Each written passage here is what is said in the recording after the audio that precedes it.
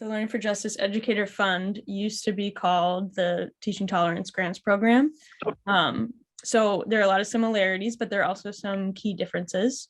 And so we're kind of relaunching this new iteration of the program and really hoping to work more in partnership this time around. And instead of, we have the answers, we have the resources, really kind of like just working alongside with you.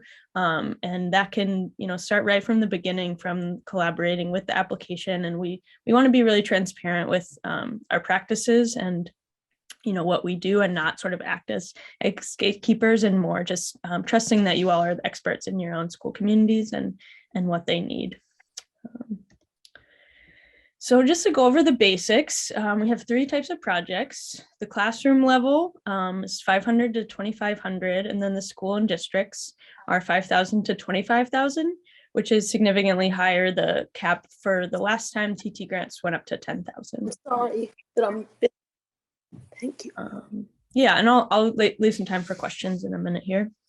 So one new thing is that we ask that projects use at least one Learning for Justice resource, framework, or publication. There's a little bit of flexibility here. If you have a philosophical grounding that's not LFJ, I think we can work with that. I think the idea is that we really want that sort of pedagogical grounding this time around. And so, we have a lot of those resources, and so it's a good place to start. And then, there's a lot of flexibility too, and we can talk about the kind of project you're interested in. And then, like if you're looking at restorative discipline, we have a publication called Code of Conduct. So even just kind of mentioning that. So we're pretty flexible as far as that goes. And then this time around, we really wanted to maximize our impact. And so we thought kind of focusing and coming together really as like a collective force, kind of that united front, we could have the deepest impact. So we picked 3 key outcomes that we wanted to focus on.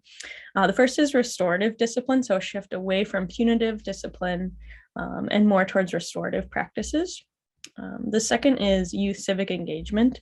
So anything, where students are getting out in the community and supporting especially the rights of marginalized students and communities. And then the third one is dismantling oppressive narratives, especially within the curricula. Some of those harmful dominant narratives often are white supremacist, often are heterosexist or ableist, these sorts of things.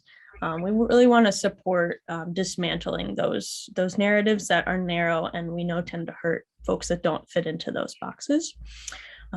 So that could look like, shifting from white supremacist or oppressive policies to curricula that are anti-racist or support the safety and determination of all students. Could look like doing a district-wide audit of a school, a sexual health curriculum to make it more LGBTQ inclusive. Implementing a truthful, accurate curriculum around slavery, things like that. All right. Anyone have any quick questions so far? Or if not, I can keep going. I can't see you guys, so maybe just come off mute if you have a question. I have a question. So Sure. We're writing a curriculum. It's actually Paige. I'm from Baton Rouge. We're writing a curriculum. It's called Change the Narrative, and we're piloting it in different schools right now. And we wanted to use y'all's standards, but your standards are amazing, and like it would really help us get organized, starting with identity and Would that be something I would do? But if we're piloting it like at different schools, or if it's not the district, like we're a nonprofit, can we apply to like put it in several schools in our district? You can. Well, we can get into this a little bit more later. Okay. Just for kind of tax purposes, the check would need to be written out to a school or district. So if you're a nonprofit, what you'd want to do is partner with the school or district, and they would kind of be the official applicant on record. And then you all could, work together on the application, but they would submit it, and then they would write your organization into their budget, and then they would distribute the funds to you all once the project got underway. So. Okay, got it. Okay. And Thank you. Yeah, you're welcome.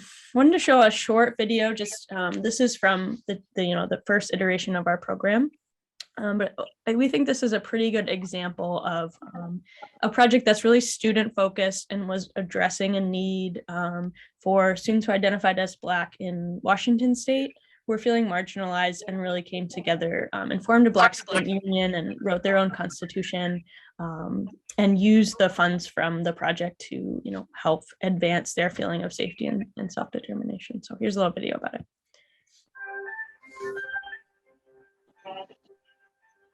I had started the cultural group here at River Ridge when I first started working here. As a group, they decided that it was necessary to formulate a Black student union here, especially with the political milieu with the Trump administration and issues that were happening at the time. This is like a stride forward North Thurston public schools. It was showing that we had diversity and we cared about diversity. Without this, River Ridge would just be another school. This is something like this, because we didn't have another one in our district. This is the first one in our district. I'm from a teaching background, and I hear so many adults, even teachers, say that kids are apathetic.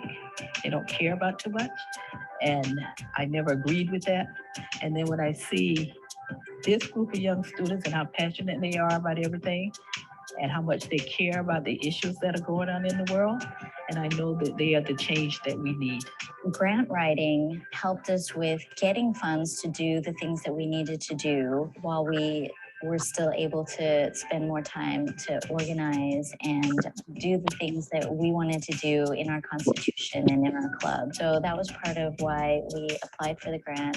A teaching tolerance grant, it had to tie into perpetuating education that valued diversity and equity within our community. We felt that our goals as the BSU were very much in alignment with the teaching tolerance goals. But if not for the students, with all of their ideas and all of their driving, if it wasn't for them, I would not be working as hard as I am. I just hope it continues and stays strong, and that we inspire more of our community to do the same thing that we did, and perhaps even better, hopefully even better than we did it. Our approach has improved a lot. We have more tact rather than just running up and saying, we're the BSU, this is your school and it's our school too, we're Black, enjoy us. It's kind of like they want it. We go to places where we should be heard, where we can be heard. I know that my future is in good hands because of these students like this. So many people have been left out of history, and as I said, it baffles my mind how you purposely leave other people out of American history, because we're all Americans, and it's not just Black history or Latino history, it's American history. We all made America what it is. That's it.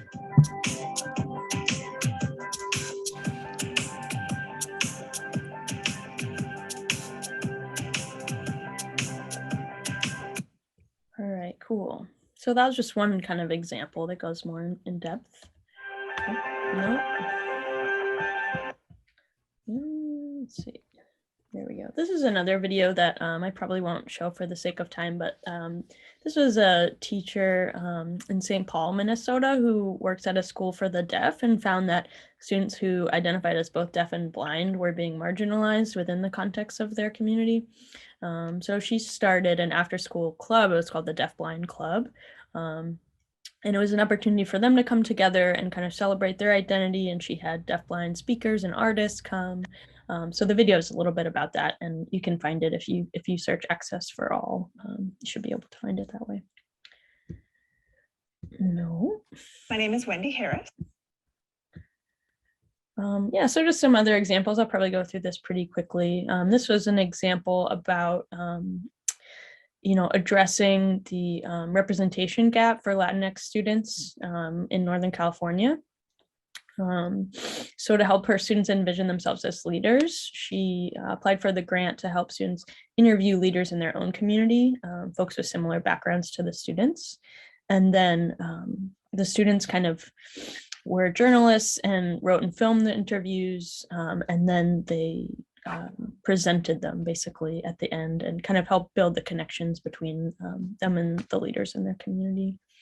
This was another one as a district-wide project to build cultural competency about the Muslim American experience.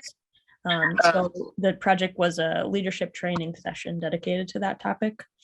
And the folks who attended were able to kind of map out the school building's weaknesses and kind of collect evidence to figure out what their focus would be.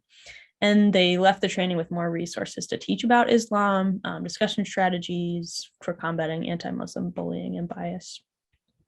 And just one more, this one was called Land of the Freedom, Civil Rights Movement in East Alabama. So high school students in Auburn were learning about the impact of the civil rights movement in their own local community and the ways that it unfolded right where they were.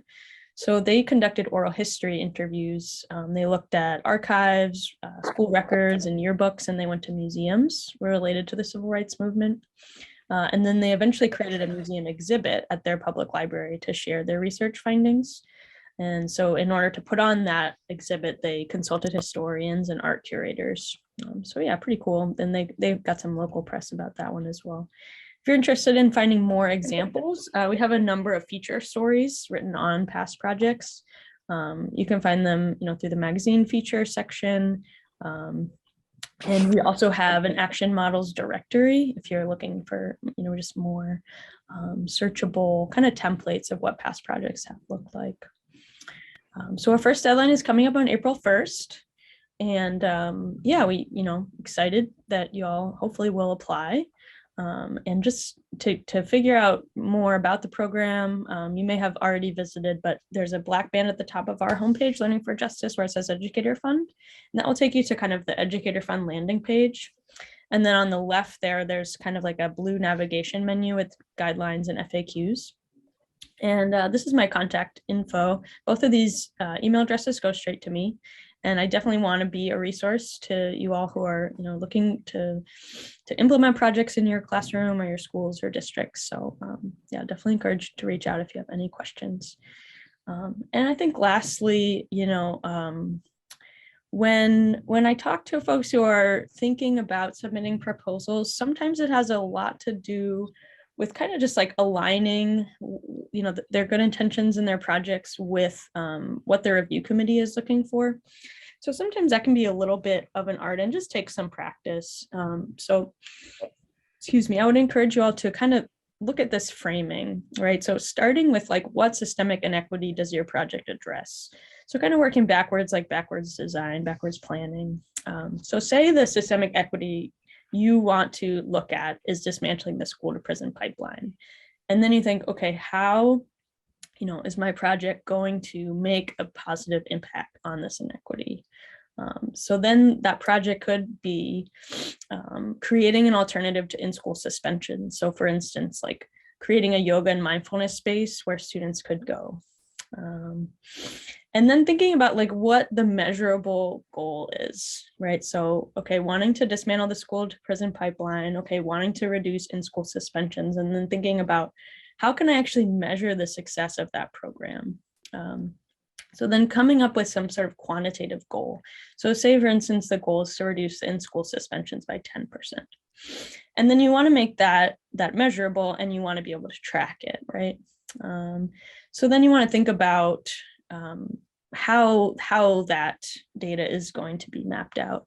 So in this example, the in-school suspension data would be tracked throughout the school year. So, looking at years past, maybe looking at the beginning and the end of the year, looking at the students that were able to use the room, you could maybe do qualitative and quantitative, but I think measuring the success is pretty important because we want to make sure that, just like as we're all working together on these issues, that we're able to measure, is what we're doing working basically, And then lastly, which I think often folks start with this one first, what materials and support do we need? So we get a fair amount of questions about, I'd like to do a training. I'd like to get some supplies, libraries, computers, professional development, things like that. But really, these are sort of the means to the end. So, when I get questions about what we do and don't fund, there's not necessarily a hard line. So, I often give the example of we're not able to fund libraries for its own sake because that's just a supply, right? Although definitely a worthwhile cause, of course. But we had one project called The Social Construction of Normalcy, where we had these book clubs with caregivers and students, and it was second grade. And the students took the books home and read the books with their caregivers. And then they started a written dialogue about what is being constructed as normal within the context of the story. and really looking at like dismantling like the idea of like what normal is, you know, in terms of race, in terms of gender, in terms of all kinds of identities. And then they had like a final night where the caregivers came in. So in that case, we were able to fund the books, right? We were able to fund class sets because it was those were materials that were needed to implement the project. So in this example of the yoga and mindfulness space, the materials and support would be yoga mats, meditation cushions, maybe some training, you know, to help just like build that capacity, right? But if we got a request just for yoga mats and meditation cushions, that's not going to really catch the eye, you know, as much of the review committee as it would if it was sort of framed out in this way. So same project, right? You know, I'm an educator. I want to make a yoga and mindfulness space. Okay, great. You know, but that is really different from this sort of framing, even though it's the exact same project as, you know, I'm looking to dismantle the school to prison pipeline. I'm going to do it. You know, my intention is to create this space. I'm going to reduce in-school suspensions by this much. This is how I'll track it. So we're just really getting specific. But things like, you know, the number of yoga mats, like this specificity is really in terms of the overall arching vision. And then we also have an article that's on the landing page that's just about tips for crafting a proposal, where I think I mentioned a lot of these things, so I can just try to pull that up real quick. Sorry, I don't have it already. Let's see. If you scroll down to the bottom here, where it says read this helpful article and looking for or quick tips on preparing for the application process. So this goes over some of the same things that I mentioned.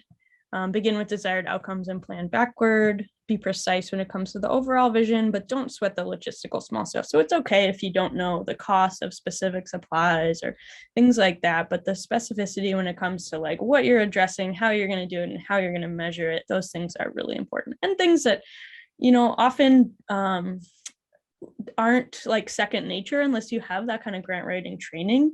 You might just think, oh, I want to create a yoga room because that's a good thing to do. And of course that's true, right? So just like trying to like train the brain a little bit to think in more of those systemic ways and have that translate onto the application itself.